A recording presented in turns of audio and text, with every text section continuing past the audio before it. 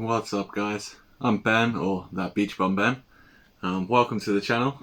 What we're going to do for this video is start a series of open water theory, or PADI open water theory. So this video is just going to go through section 1, being a diver 1, which consists of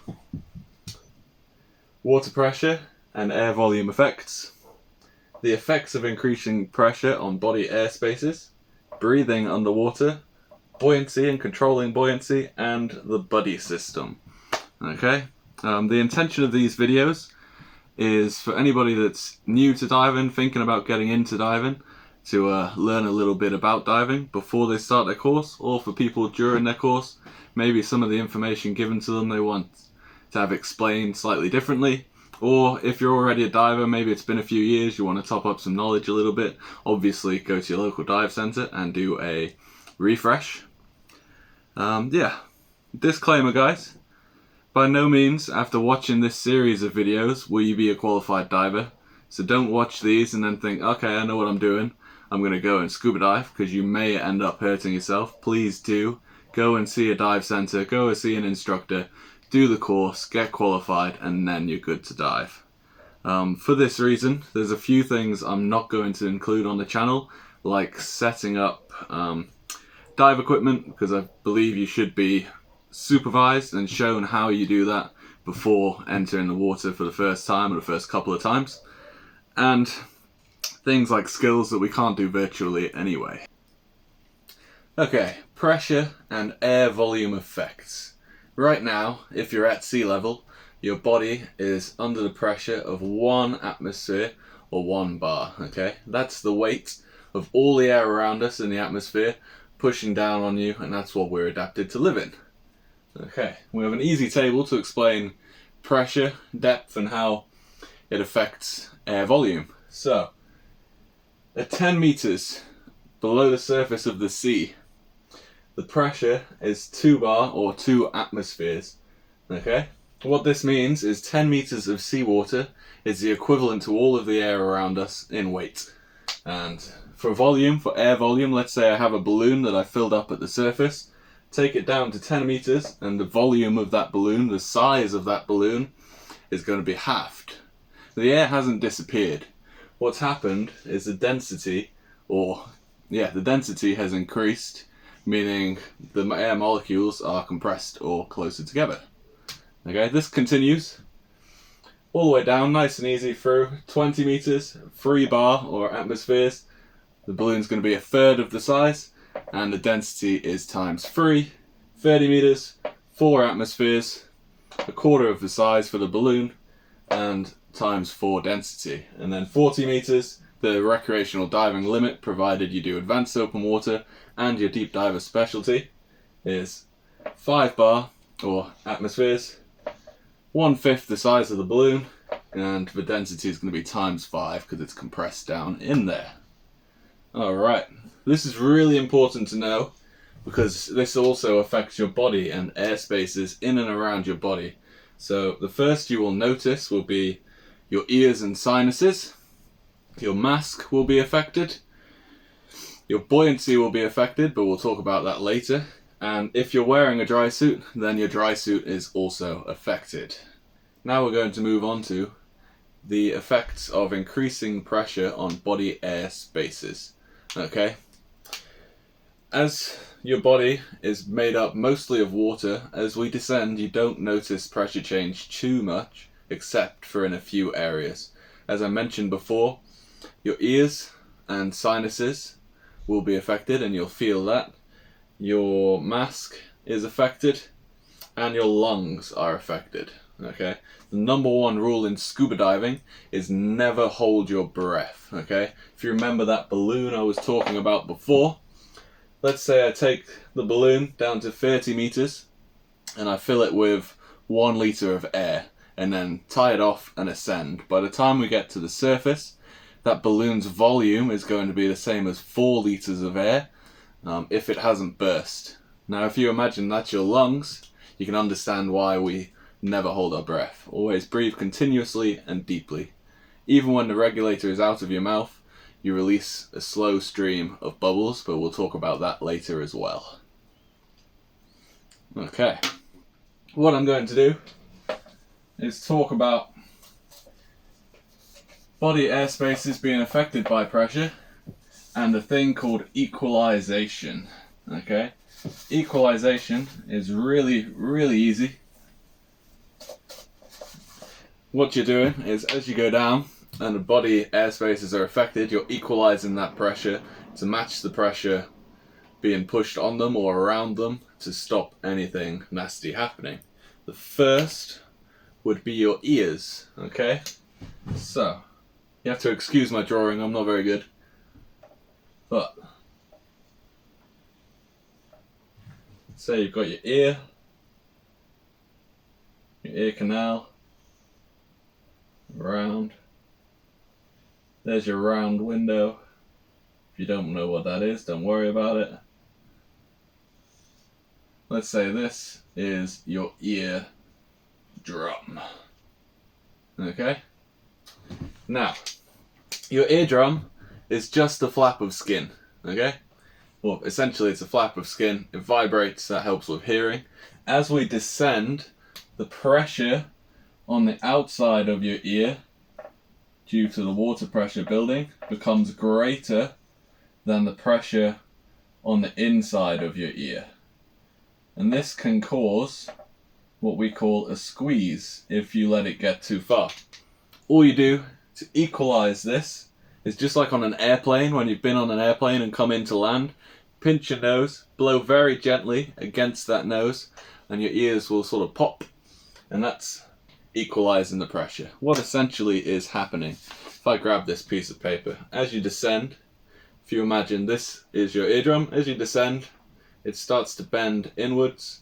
You catch it nice and early, equalize, and then it just pops back into place because you've added air into the space on the inside of your ear. Simple, right? There's many ways people equalize their ears. My preferred method is the pinch and blow gently. Other people will wiggle their jaw, other people will suck and then swallow. It's up to you, whatever works for you, whatever's easiest. You should never force equalization. If you're having problems with your ears on the way down and you can't equalize, go back up slightly, maybe half a meter or so, very slowly. Try again, because that's relieved some of the exterior pressure, and then continue downwards if you get a good equalization. We equalize early, often, and before we feel discomfort. If you're already in a lot of pain and your eardrum's folded over nearly to the point of rupture, you've waited too long. Okay? That is your ears. We will talk about decreasing pressure and what happens on the way up later on. For now, let's move on from your ears and go to your mask. I would normally, in one of my theory sessions teaching students, draw a mask on the board, but I'm not going to put you guys through that. Really simple. As you descend, your mask will start to push on your face as the air inside there becomes compressed. It won't do you any harm. It feels like a sucking sensation on your face. It's not going to go crazy and suck your eyeballs out of your head or anything like that. If you forget to equalize, that's how little it affects. If you forget to do it, it's not too much of an issue. You may end up with two big black eyes, and some people on the diet boat might laugh at you. All you do to equalize your mask is to blow gently through your nose, add air into that airspace, and then it'll pop off, and it won't pop off, it'll just release the pressure, and then you can continue diving. Easy. Okay. Finally, the lungs. Most important, like I said, number one rule in diving is never hold your breath. And that's because, like I explained before, your lungs are just like a balloon. As you go down, you won't really feel too much effect on your lungs, because your lungs, as you breathe, I'm not going to draw it, your lungs, as you breathe, will equalize themselves. Okay? Breathe deeply, breathe continuously, never hold your breath, and you shouldn't have an issue with your lungs. Don't dive with a cold, congestion, or especially chest congestion, because that can cause a blockage and that can lead to lung damage. If you're using a dry suit, you do have to equalize the dry suit as well. You'll learn about this if you're doing a dry suit with your open water or if you do the dry suit diver course.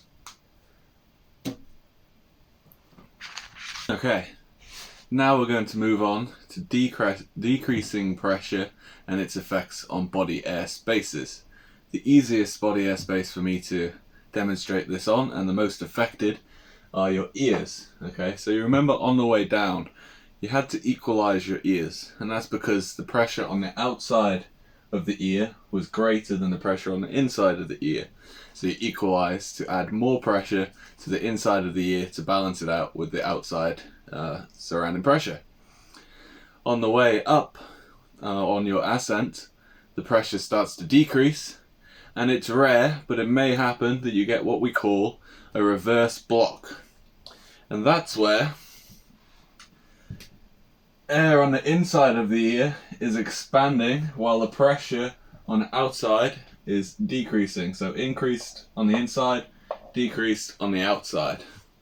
You can't equalize on the way up or on the ascent, but what you can do is stop, signal your buddy, let them know there's a problem with your ear, descend just a little bit, slightly, until you feel the pressure relieved, and then wait for that pressure to relieve itself. Your ears will equalize themselves, and then you can continue up nice and slowly. I found if you have a particularly long lasting reverse block, just stretching out your eustachian tubes, that's your ear canal and the tube that leads down towards your sinuses, that helps. You'll hear a pop, feel some fizzling, bubbling. It's all totally normal, don't worry about it. Once that pressure is relieved, you feel good again, and you can continue upwards. Okay? Your mask will vent itself. It's not a super tight seal, so as you ascend, the excess air expanding inside there will just dissipate, no problem whatsoever. If you're wearing a dry suit, you will have to deflate your dry suit. You'll learn about that during your dry suit course, or if you're doing your open water in a dry suit. And your BCD is the same, your buoyancy control device. We'll talk about that later, but the air inside there will expand, the volume will increase, and you have to vent that excess to remain neutrally buoyant. Alright, nice and easy. One more thing, your lungs. Like I said, number one rule in scuba diving is never hold your breath. If you hold your breath and you ascend even a meter or less, you can cause lung overexpansion injury. Lung overexpansion injury is very serious. It can lead to paralysis, even death in some cases. Okay? It's really easily avoidable. I can't stress this enough. Breathe continuously, slowly, deeply, and never hold your breath, and your lungs will be fine. Okay. Like I said before, if your regulator's out of your mouth, breathe slowly, release air. You don't want to dump all the air out of your lungs at once. You're just going to slowly release a chain of bubbles. Maybe you have to recover your regulator and pop it back in your mouth. You'll learn about this during your course. Your instructor will take you through skill practice in shallow water in the confined session, and then it'll all make sense. It should anyway. Breathe out, don't overexpand your lungs. Easy. Okay, breathing underwater. While we're on the subject, breathing underwater is super simple. It's the same as breathing on the surface, but you have a regulator in your mouth providing your air. Alright. Regulators provide air at the surrounding pressure, at the ambient pressure. So air volume.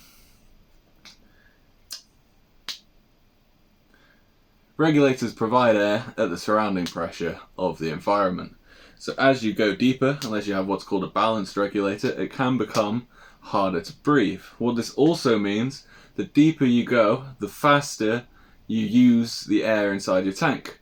Remember, volume is decreased, so if you're at 10 meters, it'll take double the amount of air to fill your lung as it would at the surface. So if you're at 10 meters, your tank is going to last half as long as it would at the surface.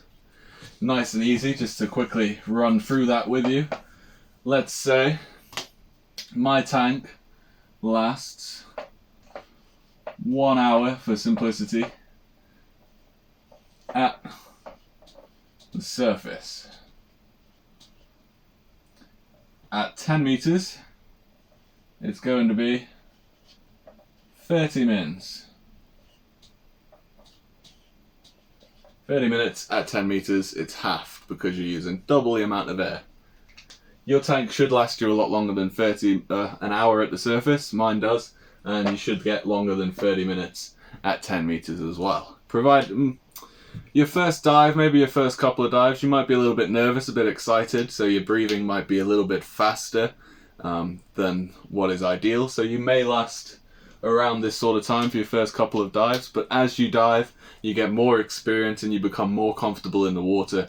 You will be able to control your breathing more and last longer. So don't take this as gospel that I've said your tank will last you longer than 30 minutes at 10 meters, because if you're excited, if you're nervous, that can have an effect on things. So, breathing underwater, the way I like to think of it, or like to tell people in the classroom when I'm teaching students, is you imagine you're meditating or you're doing yoga. It's nice, slow, calm, controlled breath. So you breathe in and breathe out.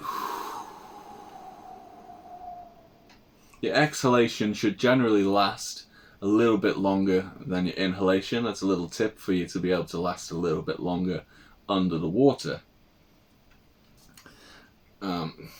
You should, for your movement, to make your air last longer as well, movements should be slow and deliberate. Don't try and chase fish. I can promise you, fish are much faster than you are, and you won't catch them to get a better look at them. If you see it and it swims off, it's gone. Just carry on the dive. Maybe you'll see another one of its species or the same one later on.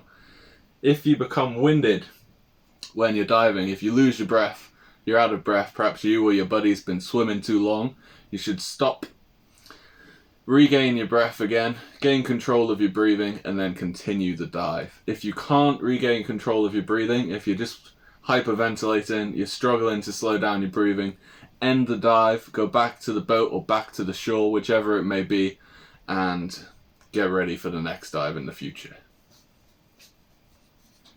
Buoyancy and controlling buoyancy.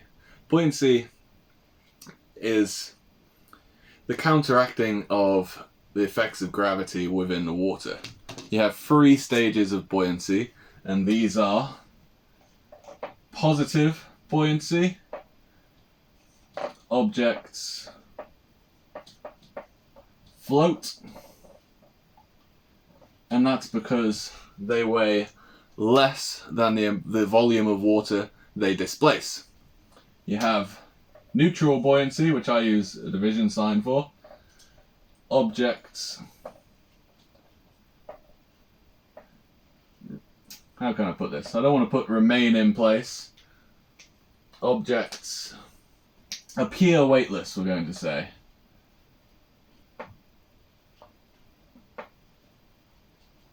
And this is because they weigh the same as the volume of water they displace. This is how we want to be as divers. We want to be neutrally buoyant, and that means when we enter the water, we descend. Let's say I'm going to plan to dive to 15 meters. I become neutrally buoyant, and I can remain at 15 meters, not sinking or floating. I will go up and down a little bit. As you breathe in, you go up. As you breathe out, you go down. That's natural. We'll talk about that later on. But that's it. Neutral buoyancy, an object will remain stationary in the water. If I go down, take something with me, it doesn't sink, it doesn't float, it just stays there when I let go of it. It's neutrally buoyant. And then finally, you have negative buoyancy. Objects sink.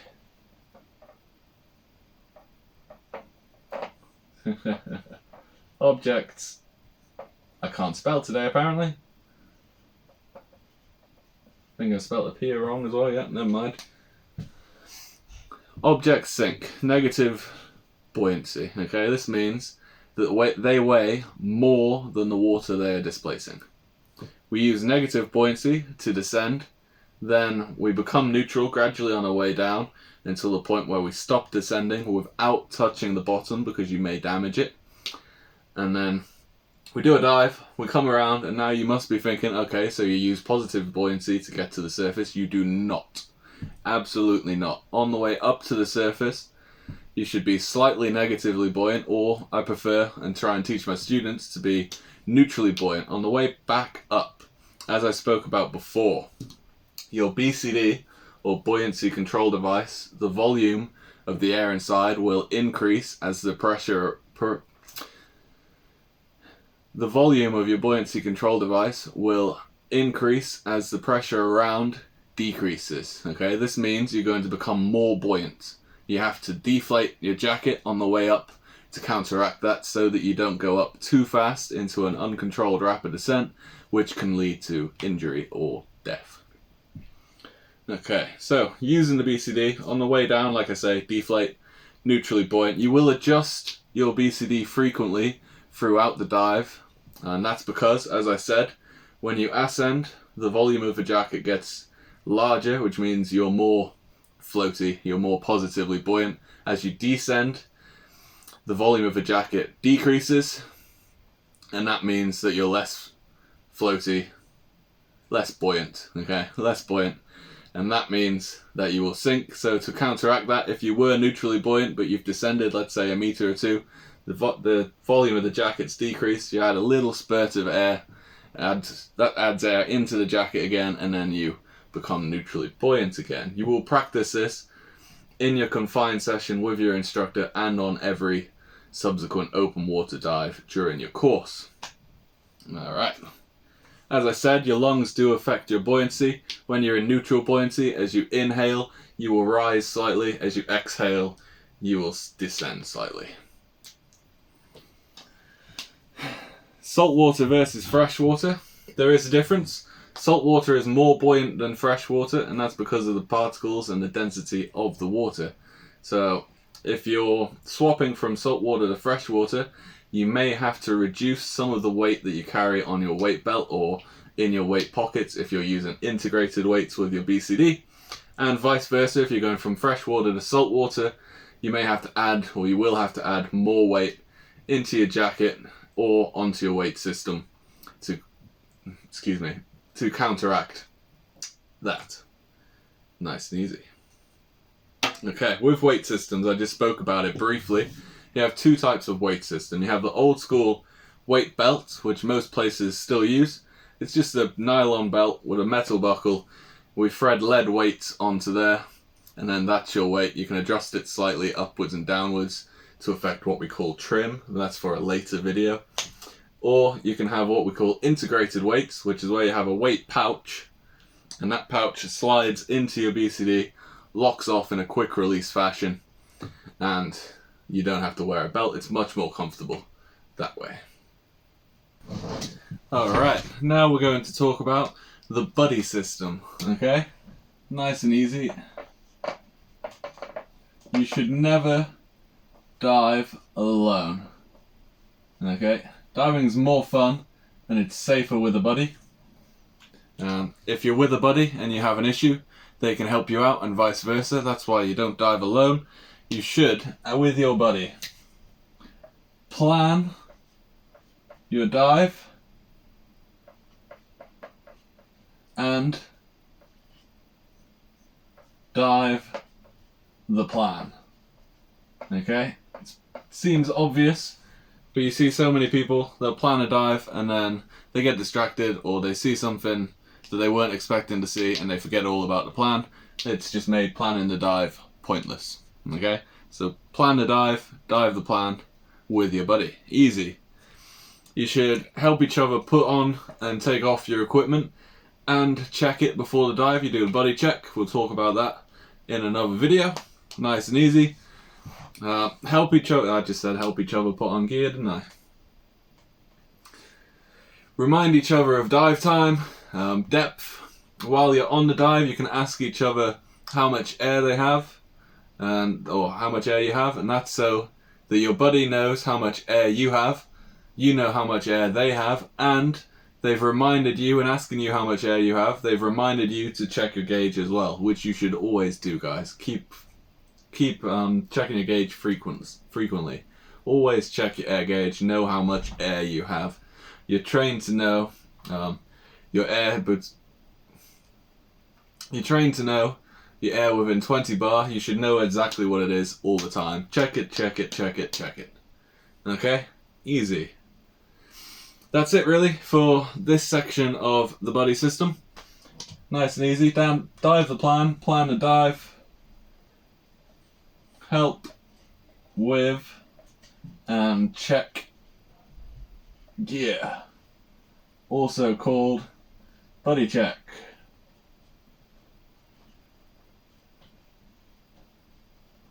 Easy peasy. Help if there's an issue, and remind of dive limitations, such as your maximum depth or dive time, and check each other's air. Okay. Thank you for watching, guys. I hope this video has helped you if you're a new student or if you're just somebody looking or thinking about getting into diving, so you know a little bit about it, or if you're just refreshing your skills. I would like to say sorry I keep looking away from the camera and seeming a bit nervous. Believe it or not, this is my first YouTube video, and I was more nervous being in front of this camera than I am in a group of 4 strangers as I'm teaching in the classroom. Really weird, but I guess that's just how it is. Alright, keep your eye out for section number 2, not section number 2, sorry. The next section is section number 1. And hit that like and subscribe button.